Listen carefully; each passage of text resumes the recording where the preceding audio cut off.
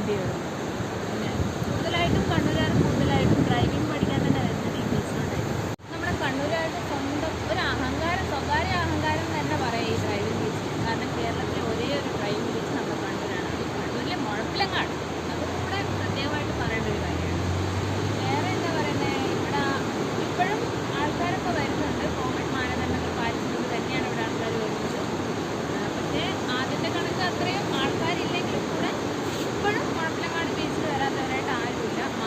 മാസ്കൊക്കെ ധരിച്ച് തന്നെ അതിപ്പോൾ കുട്ടികളായാലും മുതിർന്നവരായാലും എല്ലാവരും മാസ്ക് ധരിച്ച് കോവിഡിനെ ഭയന്ന് തന്നെയാണ് നമ്മളെല്ലാവരും ഇപ്പോൾ ജീവിച്ചുകൊണ്ടിരിക്കുന്നത്.